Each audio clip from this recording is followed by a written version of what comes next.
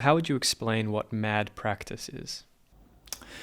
Yeah, I think mad practice, I guess one thing I haven't mentioned is that I guess the term mad has evolved into a discipline of mad studies. And mad studies really seeks to unpack, I guess, the predominant prevailing prejudice and stigma in mental health. And we have a word for that, like we use the term, homophobia, sexism, racism, classism.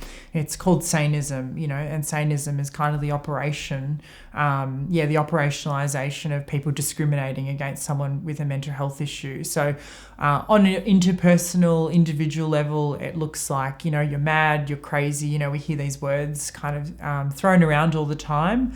You're an imbecile, you're an idiot. Even those sorts of words were developmental categories for children in the asylum era who had an intellectual disability. So these words come from quite really quite ableist spaces and medicalised spaces, and people don't have literacy around the history and evolution of some of this language.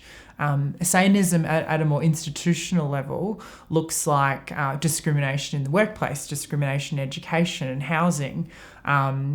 Even for me, I wanted to take a mental health service to court over pain and suffering. And in the legal system, it's very hard to make an argument if you have a pre-existing injury. So it's like, well, how on earth are you supposed to get any legal recourse or advocacy when the legal system says that you can't make a case because you have a mental health issue, even though the very issue that you're talking about is related to the mental health service?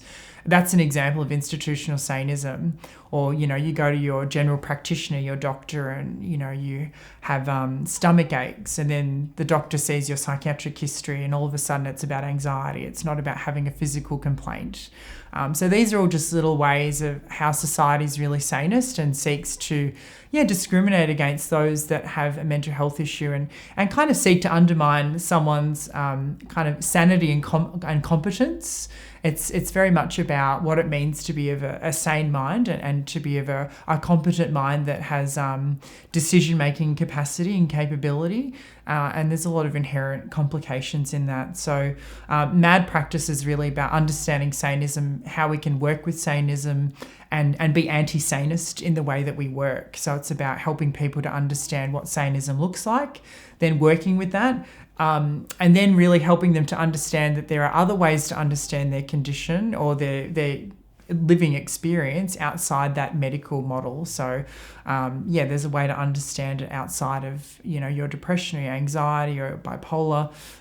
There's ways of understanding your mental health from alternative social, cultural, spiritual, structural lenses, and that you're not to blame as an individual for your mental health issues. That there's a lot to blame in family and community and society, and it's about really building up education and literacy and taking a political stance with people, and being able to walk alongside that person and listen to their lived and living experience and their worldview to really understand what their solutions are to their own issues. And I think working from more of a social prescription model and structural prescription model rather than a biological or psychological prescription model. Yeah.